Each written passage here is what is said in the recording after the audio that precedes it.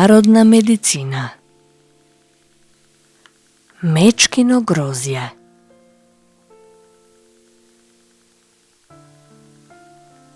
Мечкиното грозје е мала, ниска дрвенаста грмушка, висока од 5 до 30 сантиметри.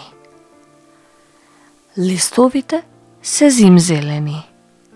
Остануваат зелени и до 3 години пред да паднат. Плодот е црвена бубинка.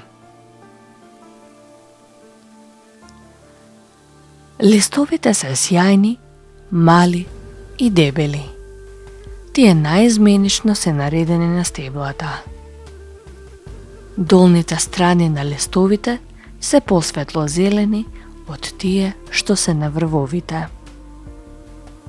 Новите стебла може да бидат црвени ако растението е на полно сонце, но се зелени ако се на засенчени области. Постарите стебла се кафени. Во пролет тие имаат бели или розови цветови.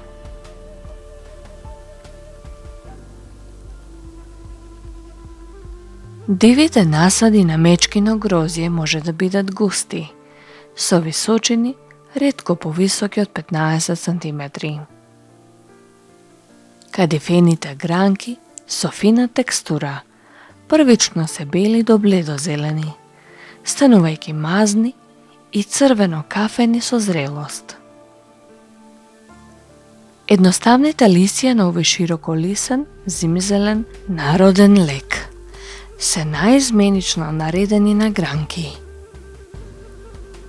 Кожестите темнозелени листови се долги 2,5 сантиметри и имаат заоблени врвови кои се стеснуваат назад кон основата. На есен листовите почнуваат да се менуваат од темнозелена во црвено-зелена до виолетова боја, станувајќи бледа на долната страна.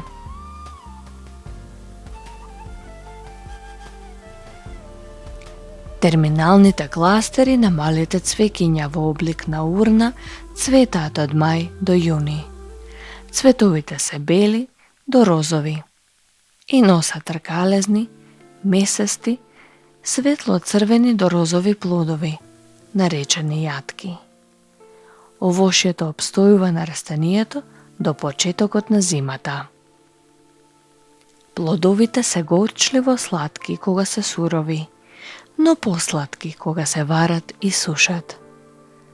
Секоја јатка содржи од 1 до 5 тврди семиња, кои треба да се скарификуваат пред ртање, за да се намали семето и да се прекине мирувањето на ембрионот.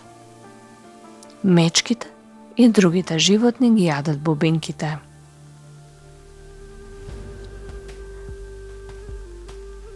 Плодовите се прилично благи кога се сурови, но може да се користат за правење на желе. Бубинките се користеле како зачини и се готвеле со месо. Чаевите и екстрактите од листовите се користеле за традиционалната медицина на луѓето од првите нации со векови како антисептици за уринарниот трак, диуретици и лаксатив.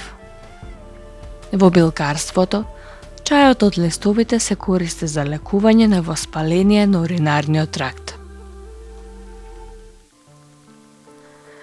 Ингестијата на големи дози може да предизвика алергиски реакции, согадење и напади, како потенцијална итна состојба. Може да предизвика негативни ефекти кај луѓе со заболување на црниот дроб или бубрезите, или пак кај бремени жени и доилки.